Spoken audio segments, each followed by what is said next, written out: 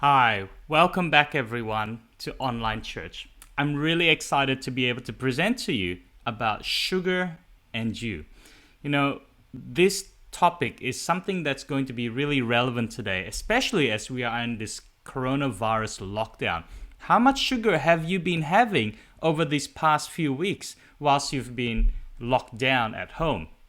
Well, you might be surprised to know how much sugar you are supposed to have every day. And also, a lot of people ask me, are artificial sweeteners actually okay instead of having sugar? You're going to find out about all of this and more in today's talk. So we're going to jump right in. I'm just going to pull up my slides now. Here we go. We're going to launch right in. So you might be wondering about sugar. Well, let's talk about sugar and let's talk about why we need to be careful about sugar first. So they did published a study last year in 2019 that said something really interesting. 1 cup of soft drink a day is linked to an 18% increased risk of cancer.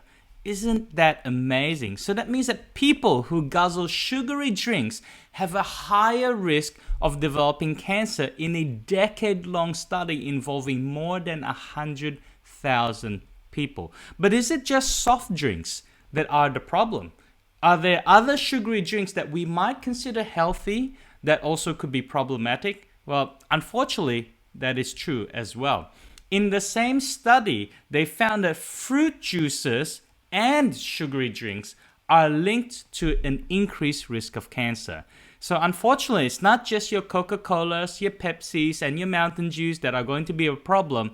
It's also going to be fruit juices as well. And they looked at 100% fruit juice drinks. Not just the ones that have a little bit, but your 100% fruit juice drinks also.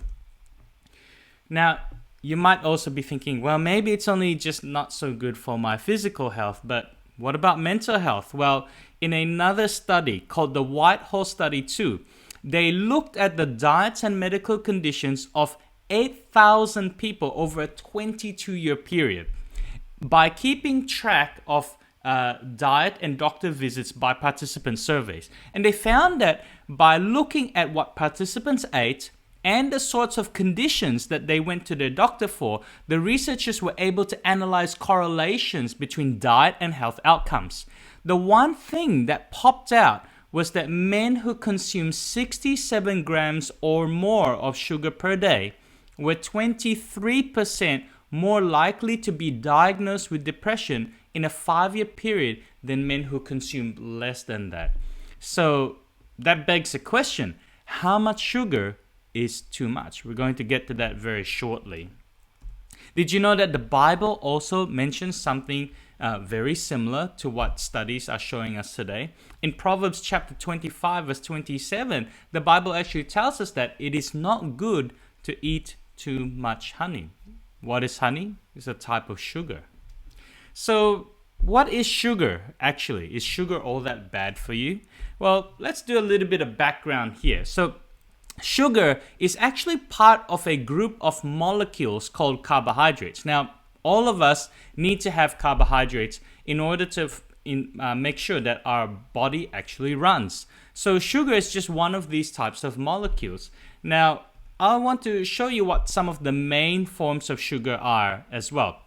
Some of the main forms, this is not an exhaustive list by any means, but some of the main forms of sugar are glucose, fructose, sucrose, dextrose, maltose, lactose, and starch. So these are some of the main forms of sugar.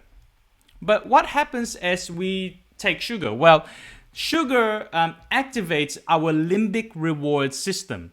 And when our limbic reward system is activated, it releases a neurotransmitter called dopamine. Some of you might have heard of dopamine before, but it's basically the thing that gets released when our brain wants to tell us to do that action again. So when we have sugar, it comes onto our tongue and then it sends signals to our brain to release dopamine, telling us to, have some more of that sweet thing. Now, a lot of things can activate our reward system. Socializing with friends is a very pleasurable activity, and it will also activate our limbic reward system and release dopamine as well. Unfortunately, things like drugs, heroin, cocaine, all of these will cause a violent rush of dopamine in our system. But alcohol, nicotine, sex, all of these things can also trigger a rush of dopamine in our system too.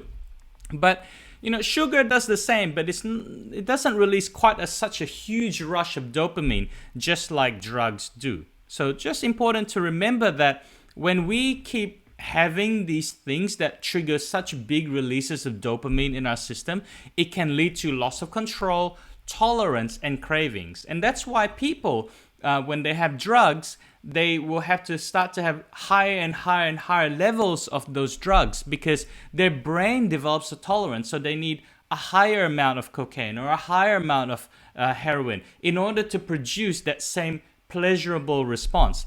And here's the kicker. Sugar's the same. When we have a lot of sugar into our diet, we also build tolerance to sugar as well. And that's why we need sweeter and sweeter things to produce that same release of dopamine into our system as well. But there's not only sugar receptors in our tongue, but there's also sugar receptors lower down in our body as well. And we can find them in our stomach and our gut. And when we have sugar, it causes a release of insulin, another hormone in the body. And it also produces satiety hormones that tells us we've had enough, thanks. So we've got sugar receptors not only in our tongue, but lower down as well. Sometimes when we feel a bit low in energy or a little bit flat, we might want to have that, occasional candy or a chocolate bar to bring up our sugar levels. But as you can see here on this graph, that if we keep having this repeatedly, our blood sugar levels will rise up. And that will trigger a release of insulin in our body. And when we have insulin, that will drop down the blood sugar levels because that's what insulin is supposed to do. Insulin is supposed to tell our body's cells to take in sugar to reduce the amount of sugar in our blood. And guess what happens when our blood sugar is too low? We'll get that craving for sugar again. And so we have something sweet and our blood sugar levels spike up. And guess what happens? It tells our body to release insulin to bring down the sugar level once again. Now, if this keeps happening when we have very high sugar foods or drinks for that matter, we have this blood sugar level roller coaster that keeps going up and down, up and down. And interestingly, studies that link high sugar with greater risk of depression is actually because of this very issue, because of this blood sugar level roller coaster that we're having. So what we really want is like that green line on the graph. We want instead to have a more consistent level of sugar released into our system. And that's why we have high glycemic index foods and low glycemic index foods, or high GI and low GI foods. High GI foods will cause that spike, and low GI foods will actually release the sugar in a more even way so we don't have these blood sugar level roller coasters all the time. But if you've been to your dentist recently in the past 6 months, you might have been told by a dentist that having too much sugar can rot your teeth. Well, the reason for that is because the bacteria that cause cavities love sugar. And so if we have a lot of sugary foods in our mouth, those bacteria will thrive and grow. And because they love to hang around in your mouth, they'll cause cavities, and you have something quite similar to what we see here up on the screen. Not a very pretty picture indeed. Eating sugar has been shown to increase inflammation in our body. And you might be thinking, why is that a big deal? Why is inflammation such a problem? Well, in a relatively recent Time article, it was on the front cover, the secret killer. What is the secret killer? Inflammation. Inflammation has links with heart attacks, cancer, and also Alzheimer's disease as well. And so inflammation is a really big problem, and we want to reduce our levels of chronic and ongoing inflammation in our body. The Arthritis Foundation also lists sugar as a food ingredient that causes inflammation. And the reason why it does so is that sugar releases inflammatory messengers called cytokines into our bloodstream. But not only that, sugar causes other problems as well. Sugar is converted into your liver sugar is converted by your liver into fats known as triglycerides.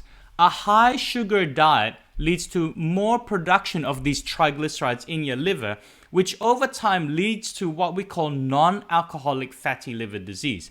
Here's the thing. We used to think that fatty liver was pretty much only caused by alcohol. And it's true. Alcohol does lead to a fatty liver. But you can have a fatty liver without drinking a drop of alcohol. And unfortunately, one of those things is sugar. This is characterized by fat being deposited into the liver, which can lead to inflammation in the liver, otherwise known as hepatitis. And non-alcoholic fatty liver disease can also cause insulin resistance to develop in our bodies as well, which is one of the major driving forces for developing diabetes.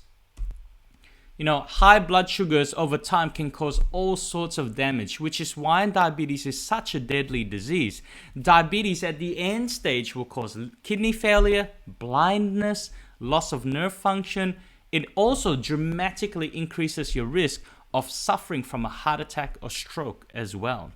You might be thinking, so are people deliberately adding sugar into my food or my drink in order to make me consume it? Well, I want to introduce to you this particular drink known as Dr. Pepper. Some of you may have heard of this drink, very popular in the United States of America. Possible to get it in Australia as well, but less popular here. Now, Dr. Pepper, as an example, when they were researching this drink, they tested over 60 different samples and ran more than 3,000 tests to find what we call the bliss point. Now, the bliss point is basically the point in which a drink or a food is not too sweet, because that would be sickly, but also sweet enough to be not as less sugary as we think. So when we take something, we might think, oh, that could use a little bit more sugar, or that's really too sickly sweet. So that perfect point where it's not too sweet, not too and sweet enough is what we call the bliss point. They ran thousands of tests in order to perfect and find the bliss point of this particular drink. Now, they did an experiment on rats. They took 43 rats, and you can see here there are two different tubes here. And in one tube, there was water mixed with cocaine. And in the other tube, what do you think the water was mixed in that one? You guessed it, it was mixed with sugar. And they wanted to see which ones the rats would pick more. Here's the kicker. 3 out of the 43 rats chose the water that was mixed with cocaine.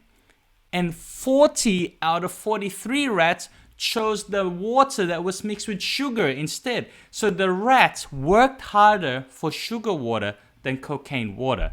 You might be thinking, why? Why would they do that? And the reason is because you get endorphins, opioids, and dopamine released in your brain when you have sugar. And so that's why the rats worked harder for sugar than they did for cocaine. But you might be wondering, well, why is it that, so many people talk way more about fat than sugar? Well, the reason is this. You might recognize this man here in the picture. This man in the wheelchair that you can see, his name is President Eisenhower. So he was one of the presidents of the United States of America. Now, in 1955, President Eisenhower suffered a heart attack. And so he ordered the groups of scientists of America at the time to find out what is one of the major causes of heart attacks. And so as these scientists research, they quickly fell into two camps. First camp said it's fat that causes heart attacks. And the second camp said, no, it's sugar that causes heart attacks. Well, I don't think you need to be well versed in history to know which camp won. Yes, you probably guessed it. It was the fat camp that won in the end. eventually the researchers concluded that it was fat that was the real main factor for causing heart attacks. But today we know that it's actually really both that contribute to a person having heart attacks. It can be fat, it can be sugar. Now, not for one moment saying that it's okay to have too much fat.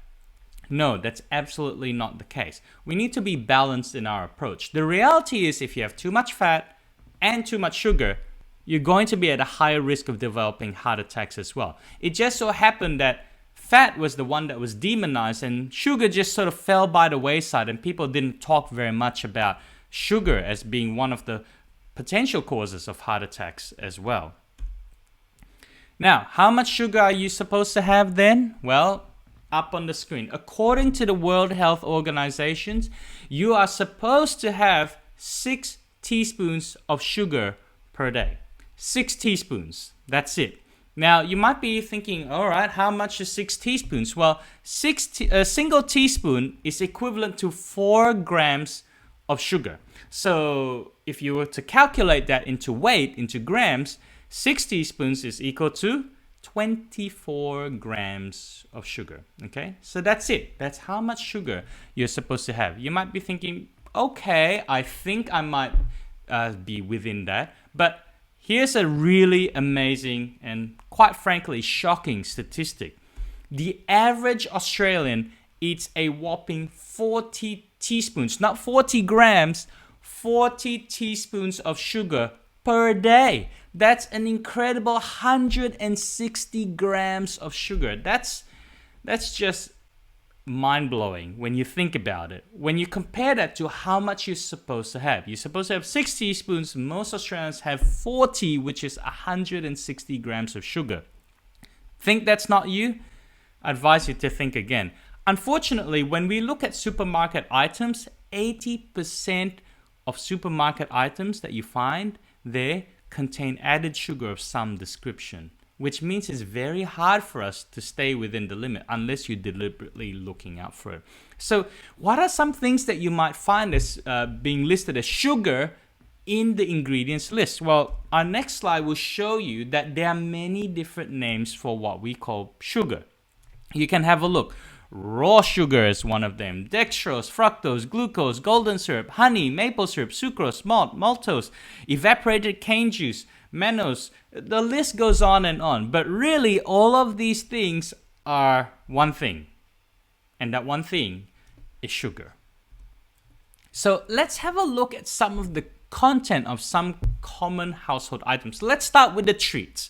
These are the things that we all know are, quote unquote unhealthy. The sometimes food. So a single Cadbury Dairy Milk chocolate bar, one bar has 28.6 grams of sugar. So you can blow your daily sugar intake in one chocolate bar alone.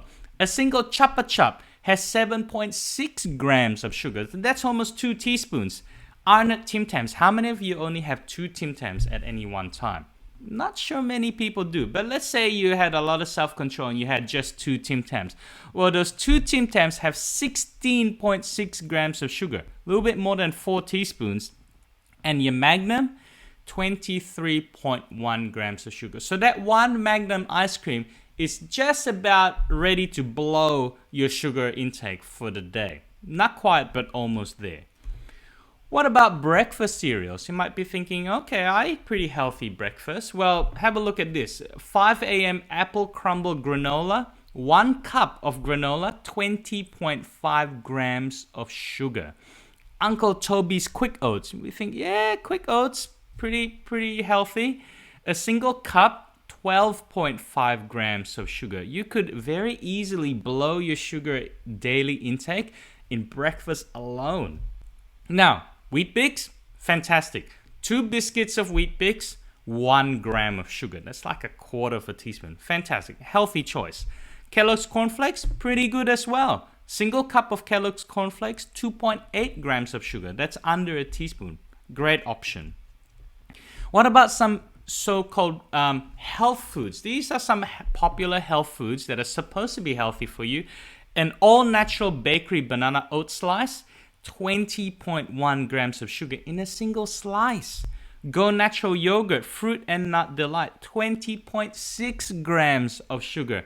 And Chobani, fat-free strawberry Greek yogurt, probably seen these in the dairy food section, 18.9 grams of sugar in there. That's a lot of sugar. And here's the really big one, Boost juice. How many of you had a Boost juice recently?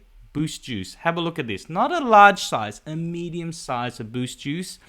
63.5 grams of sugar. That's 14 teaspoons of sugar in there. If you thought Boost juice was healthy for you, I highly encourage you to think again. There's so much sugar in there. Why? Because all those juices, when they blend it all up, the sugar's released from the fiber of that particular fruit, and that sugar then becomes a really high GI drink. When you drink it, your blood sugar will spike because you're not chewing and digesting the fruit that you're eating. It's been blended up and the sugar's been separated from its fiber. And that's why it's so unhealthy. And that's one of the reasons why fruit juices are considered unhealthy as well. Condiments. Heinz ketchup, 20 ml. Not a lot really when you think about it. 5.4 grams of sugar. Barbecue sauce, even worse, 7.6 grams of sugar in 20 mils. Honey mustard salad dressing, 4.4 grams. And sweet and sour sauce, 8.5 grams of sugar. Friends, have a think about how much sauce you're adding on to your foods in the future. Now, Coca-Cola had to come up at some point in time. And here it is, Coca-Cola, 1 can of Coke, 40 grams of sugar. Some of you drink the bottle, which is even more, 600 ml bottle, 64 grams of sugar. That's just like drinking a Boost juice, 14 teaspoons. That's unbelievable. Gatorade. You might think Gatorade's a slightly healthier option, 36 grams of sugar. You're blowing way above your daily recommended sugar intake having a single Gatorade. Vitamin water, we wouldn't think vitamin water's that bad. It doesn't taste that sweet. 27 grams of sugar in a single 500 ml bottle. And Red Bull, 250 mils of Red Bull in a single can, 27 grams of sugar in that can of Red Bull. Avoid these drinks at all costs. Now, another little slide here. I've spoken a lot about sugary drinks already. The short answer is, my friends, don't go for these sugary drinks. They contain way more sugar than you should have in a single day. So I highly encourage you to not have them at all. It's just so hard to really control it because it's when we eat something, we feel like we're having a lot, but when you drink something, it's very, very different. So, artificial sweeteners, are they good for you or not? Well, let's have a look at what the studies show us. Research in 2019 revealed that drinking 2 or more cans a day of diet soft drinks, so drinks that have no sugar but artificial sweeteners, increases your risk of stroke by a quarter and heart disease by a third. And compared with people who never touch these diet soft drinks, the risk of early death is 16% higher than those who do not drink diet soft drinks at all. So researchers believe that one of the reasons for this is that consuming diet fizzy drinks in high quantities can actually damage blood vessels and lead to chronic inflammation. Here's that killer again, inflammation. So by having artificial sweeteners, you can actually still promote inflammation in your body. Artificial sweeteners have also been found to boost your appetite, and it actually makes you want to eat more, and that could put you at a higher risk of developing problems like obesity and diabetes. Australian researchers actually found that when sweetness and energy were outbalanced, because the reality is when you have an artificial sweetener, it tastes sweet, but you're getting 0 calories from there. When we have this mismatch between sweetness and energy for a long period of time, it sends a signal in our brain to increase the amount of calories that are actually consumed. It's also possible that these products, these artificial sweeteners, change the way that we taste food. And the reason is because these artificial sweeteners are way more potent than actual sugar. And so by overstimulation of these sugar receptors, it may limit our tolerance for more complex tastes. So we tend to find less intensely sweet foods like fruits, for example, less appealing, and unsweet foods like vegetables downright unpalatable. You just don't even want to eat it at all. So I would highly advise you to stay away from the artificial sweeteners. Now, let's have a look at how to read nutritional labels. So have a look up here on your screen, and I'll show you here that we can look at it in one of two different ways. We can look at it in the per serve column or the per 100 gram column. Now, if you happen to know how much a serve is and you're going to stick to that serve, then you can certainly scroll down to the carbohydrate section and look at the amount of sugar. So for example, we're looking at a cereal in this particular case, and you see that one serve has 3.5 grams of sugar, which you might think is actually not that bad, and it isn't. But when you have a look at the serving size, you realize that the serving size is 30 grams, which is 2/3 of a cup. Now, the reality is, most people don't just have 2/3 of a cup of cereal for breakfast. So you have to be really careful when you look at the serving size that you are actually going to eat that amount of that particular food. Now, if it happens to be like a small tub of yogurt, one serving size is actually the whole tub, which is fine. Then you can just look at the per serve section to find out exactly how much sugar that you're getting. But sometimes it's really hard to tell, and then it's worthwhile to look at the per 100 gram section, and you look down to the sugar section again, and you see how much sugar there is. So how much is too much, you might be wondering. This is where our next section talks about what is considered the best choice, sometimes choice, and a poor choice. So we follow a traffic light system, green, amber, and red. So the best choice for sugar, we're talking about sugar in this particular case, less than 5 grams of sugar per 100 grams. Remember, this is per 100 grams. Less than 5 grams of sugar per 100 grams, fantastic. Feel free to eat loads of that. Sometimes foods, 5 to 15 grams per 100 grams would be a sometimes food. And a poor choice would be more than 15 grams of sugar per 100 grams. So that means it's more than 15% sugar. So you might want to reconsider how much you have. So we follow a traffic light. Green, go right ahead. Amber, might want to slow down, and if it's red, just stop. Stop having those foods. Now, you might be thinking, how can I remember all of these different things? Well, thankfully, you don't have to remember all those numbers if you're not a numbers person. We live in a smartphone world at the moment. You can download an app for just about everything. It wouldn't surprise you to find out there's an app for that as well. There's an app called Food Switch, which is a free app. You can download it from Google Play Store or the Apple App Store, and you can scan with this app the barcode of whatever it is that you're looking at to find out whether it's the green, amber, or red. A better choice, sometimes choice, or a poor choice. And so you are able to, without having to remember the numbers, figure out whether this is a good option for me to have on a regular basis or not. So, my friends, my purpose is not to make you all feel bad about how much sugar that you're having. My purpose today is really to empower you to make the right decisions regarding sugar in your household. Remember, sugar is not evil. You can have a small amount of it, no problems at all. But the reality is a lot of us could be addicted to sugar and not really realize it at all. Sugar addiction is really a nationwide epidemic. And so we need to be aware of it. And now you know how to beat it. But just to wrap up, there's one thing that you can't get enough of. And it is sweeter than sugar. And what is that? That's the Bible, my friends. Our slide here at the end. Psalms 119 verse 103. How sweet are your words? That's God's words, the Bible, to my taste.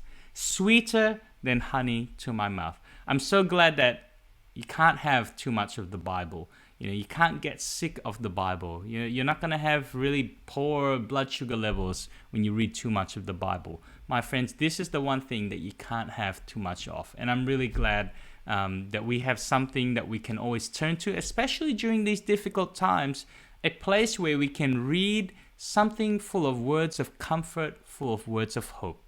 And so, my friends, today, you know what to do now. You have the tools to find out how to overcome this problem that you may not have even realized that you had before, and you have the tools to beat it as well. And if you're really struggling, turn to the Bible for help. The Bible is going to be able to help you through anything that you need. I look forward to joining you again next week on Sunday, and we're going to talk about a different topic. Dr. Aaron Coe is going to talk to you about mental health and developing resilience. So I hope that you can join us for an exciting topic next week on how to build your resilience during these difficult times. I'll see you at 10 o'clock on next Sunday. Thank you very much.